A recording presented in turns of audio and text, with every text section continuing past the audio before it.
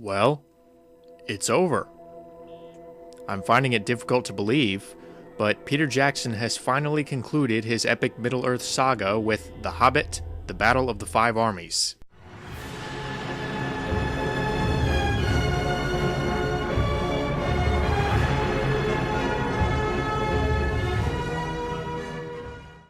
With this final entry in the Hobbit film series, the story comes full circle and delivers a great movie which transitions beautifully into The Lord of the Rings. Picking up where the desolation of Smaug left off, the film opens with the fearsome dragon descending upon Lake Town in a fiery vengeance. The only one in his way is Bard the Bowman, determined to defend his family and fellow men at all costs. Meanwhile, Thorin Oakenshield and the other dwarves have reclaimed their kingdom of Erebor and are searching furiously for the Arkenstone, their most sacred treasure. Secretly, Bilbo Baggins took it from under the dragon's nose. With their homes destroyed by Smaug, the citizens of Lake Town hope that Thorin will honor his promise to share the treasure to help them rebuild. They ally themselves with the elves, led by King Thranduil, who desires a set of gems that were once an heirloom of his family. Having fought hard to retake his kingdom and now suffering from the same greedy madness that plagued his grandfather, Thorin refuses to negotiate with the armies at his door and summons an army of dwarves in defense, much to the dismay of the peaceful Bilbo. Unbeknownst to all parties, the Necromancer sends his armies of orcs, led by Thorin's old enemy Azog the Defiler, to wipe out the quarreling races and capture Erebor, setting the stage for a devastating conflict. With all of these plotlines going on at once, you would think that the movie would feel overcrowded or messy. Fortunately, Jackson and fellow writers Fran Walsh, Philippa Boyens, and Guillermo del Toro managed to weave them together into a story that feels fluid and organic. The previous two Hobbit films, as good as they were, did have problems with deviating storylines and unnecessary scenes that resulted in occasional pacing issues. In contrast, this movie's admittedly large palette of characters and concepts feel much more relevant to each other. Sauron's hordes provide the opposition and ultimately the uniting force between the dwarves, men, and elves. It actually feels like a necessary part of the story and retroactively improves some elements of the previous movies, in that we now know where the writers were going with certain concepts. Speaking of which, this film also works well as the final link in the chain. The story and tone transition surprisingly well into those of The Lord of the Rings, which is a process that feels all the more complete now that the tale is over. Not only can the Hobbit series be appreciated more as a whole, but the spectacle of all 6 entries in the saga feels truly special to the fantasy genre. What finally cements that idea is The Last Goodbye, the beautiful song by Billy Boyd that plays during the end credits. On top of the fact that the actor who played Pippin is fittingly the singer who eases us into the original trilogy, the song itself is a somber closure that allows Boyd to demonstrate his excellent voice. Speaking of music, Howard Shore once again manages to impress. While many of his themes remain familiar, they are varied and resonate with a great deal of power, working in conjunction with the new musical cues to hammer home the epic atmosphere. Where said atmosphere truly shines, however, is in the quieter moments. The scenes that explore Thorin's descent into madness feel very empty, having a hauntingly muted color scheme and a noticeable lack of musical accompaniment, leaving only the electrifying performances. Martin Freeman's Bilbo remains as endearing as ever, and the fact that his personal relationship with Thorin and the other dwarves is pushed to the forefront in this one affords him more dramatic material to work with.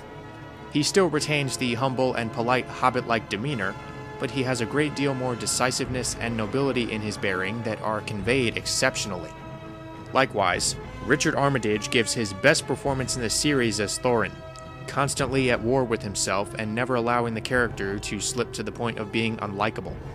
We can still identify with him due to Armitage constantly displaying an honorable humanity that offsets the madness.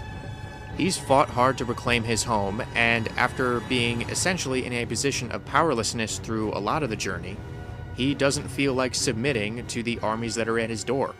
Luke Evans is also very appealing as Bard, maintaining a sardonic charisma and fatherly devotion and credibly acting as a natural leader when circumstances call for it.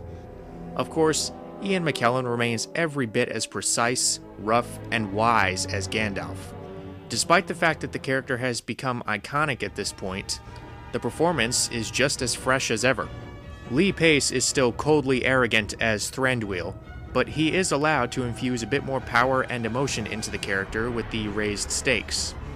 Evangeline Lilly and Orlando Bloom each convey the graceful elven characteristics while, similarly to Pace, mixing in a more emotional human side. Manu Bennett is still menacingly expressive as Azog, with his imposing mannerisms complementing his rivalry with Thorin. Most of the dwarf actors don't get as much to do here, but Ken Stott as Balin, Graham McTavish as Dwalin, and Aidan Turner as Keeley all managed to give fairly moving performances despite their limited screen time. Veteran actors like Christopher Lee, Ian Holm, Hugo Weaving, Kate Blanchett, and Sylvester McCoy are relegated to bit parts, but they make the most of their time, and I'd be lying if I said that it wasn't satisfying seeing the White Council team up against Sauron. The only major new character is Dane Ironfoot, Thorin's confident cousin. He is made memorable, however, by Billy Connolly's immensely enjoyable bravado. The only weak link in the cast comes from Ryan Gage as Alfred, a comic relief character who is always weaseling his way into otherwise serious scenes. Instead of being funny, he just comes off as annoying. Despite this ultimately minor weakness, the human moments are where the film is at its best. Peter Jackson has always known how to shoot these huge battle sequences while maintaining focus on the characters. For instance, while Smaug's attack on Lake Town is exhilarating, we experience it through Bard's perspective. There are plenty of spectacles to be experienced here, but the movie keeps its story and characters in mind. The shorter runtime complements the fact that there really isn't that much left to tell in the book's narrative. That is not to say that the movie is without its flaws. One particular tie-in to The Lord of the Rings involving Legolas is especially groan-worthy. Also, the love story between Keeley and Tauriel still feels rushed and uninteresting. They haven't known each other for very long, and we're supposed to believe that they are these star-crossed lovers. It just feels completely unnecessary in the grand scheme of things. In addition, some characters and story elements get unfortunately shortchanged. Beorn shows up for about 10 seconds and doesn't even get a line. Dane is entertaining, but we never really get to know him. Perhaps they will get more development in the extended edition, which may also contain a few more endings. Jackson probably read the complaints about the Return of the King and chopped a few endings out of the theatrical version. However, the filmmakers are aware of what's important: Bilbo and Thorin's friendship and how that affects the larger conflict. In regards to that, this third entry has some of the most emotionally hard-hitting drama in the trilogy. Despite the over-reliance on CGI at times, you feel the weight and power behind the chaotic battles and the character moments, making for the most thematic of the three Hobbit films. There are only occasional exceptions to this, such as when Legolas is doing cartoonish stunts that make his antics in the original trilogy look modest by comparison. Speaking of that, certain elements of the Hobbit trilogy have noticeably more CGI than the Lord of the Rings, which felt more practical and tangible.